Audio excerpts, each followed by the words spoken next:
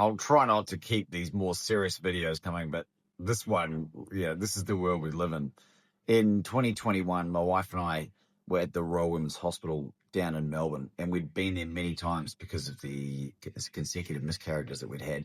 We eventually got referred to the guy running the entire fertility department, the Professor Emeritus, right? And I remember, now I knew this was kind of a trick question for him. I just wanted to ascertain where he was at with his level of understanding, right? This is someone who had dedicated at least 12 years of his life to educating himself in this space. And I asked him a question about what he thought about the link between diet and fertility in women. And you know what he said to me? He goes, there isn't any. There's no link. And my jaw hit the floor in shock. And I said, you haven't heard about the links between like reductions in carbohydrates and seed oils to help people with polycystic ovarian syndrome? Nope.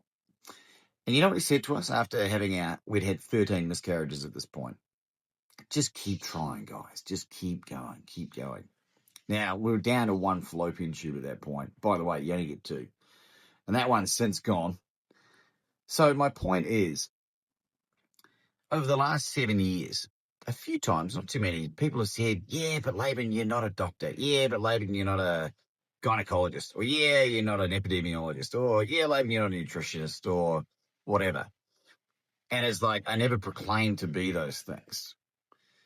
But rather than spend the literal thousands of hours that I've spent over the last 7 years self-educating because of the incompetence, the willful incompetence of people, not just in the medical system, but in other areas too.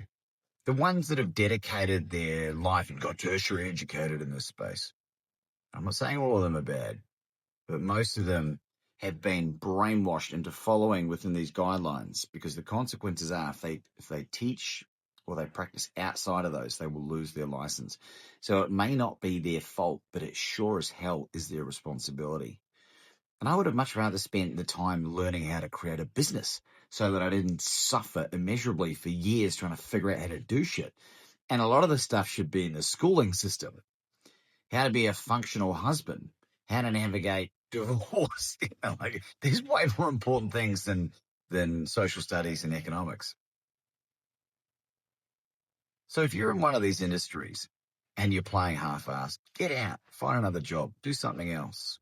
But if you're in there and you're really passionate about it, have some balls. Go be courageous. Have a great day.